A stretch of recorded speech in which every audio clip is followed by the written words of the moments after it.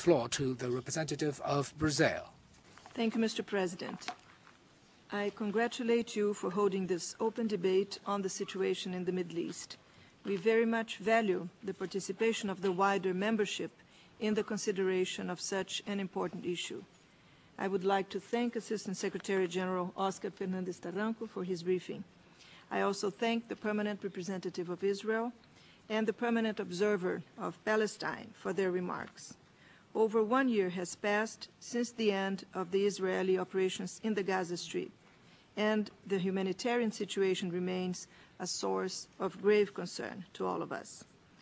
Access to basic goods and services is grossly insufficient. The lack of building materials continues to prevent much-needed reconstruction despite the recent permission for some glass to enter the Strip. Palestinians are therefore still forced to live in conditions that are simply intolerable. This must come to an end without further delay. More than a year has passed since Resolution 1860 was adopted, and the blockade has not been lifted yet. Israeli security concerns can and must be reconciled with the suspension of the blockade to Gaza. In fact, it has been argued here that Israeli security stands to gain from the lifting of the blockade, and we certainly believe so. Another unresolved issue related to the war in Gaza is accountability.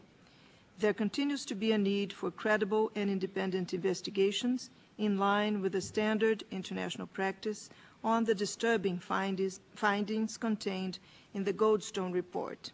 We look forward to the report of the Secretary General on the outcome of the investigations as requested by the General Assembly. We note the payment made by Israel for compensation for the losses sustained by the United Nations during the Gaza conflict.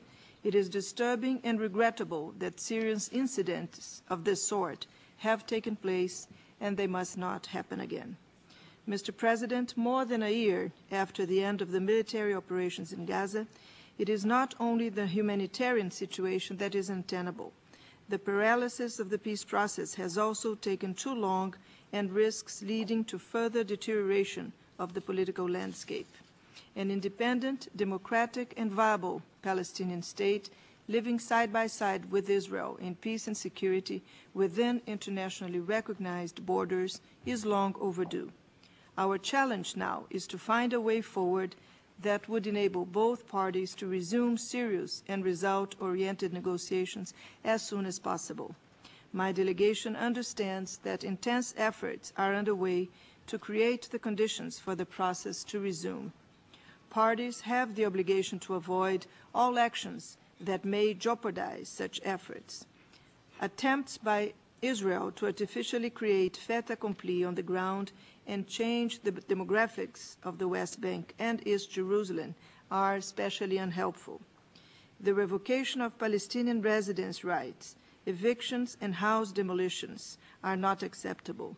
Settlement activities, including the so-called natural growth, are illegal and must cease. Palestinians should also do their part. Overcoming their divisions, keeping extremists in check, and enhancing democratic governance is essential.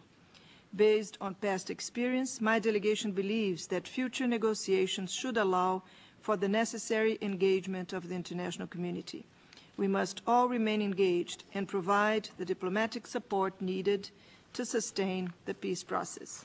Brazil reiterates its support for the holding of a comprehensive international conference on the Middle East once conditions are appropriate. Further involvement by relevant players from outside the region may prove beneficial. Last November, in the first state visit by an Israeli president to Brazil in 40 years, President Shimon Peres met with President Lula in Brasilia. A few days later, President Mahmoud Abbas also paid an official visit to Brazil. President Lula is scheduled to visit Israel, Jordan, and Palestine next March in order to follow up on bilateral discussions in a number of areas. Mr. President, as we all know, there will be no peace in the Middle East without a Palestinian state, the parameters of which are well known. Its establishment is in the interest of Israelis and Palestinians, in the interest of the region, and of the international community as a whole. We must all help the parties to translate such common interest into a politically sustainable negotiating process without further delay, with a view to reaching a peace agreement at the earliest. Mr. President, we would like to welcome the formation of a government of national unity in Lebanon late last year. This was a vital step to consolidate a stable, inclusive, and democratic state in the country, and a very positive development for peace in the region. I thank you, Mr. President. 我感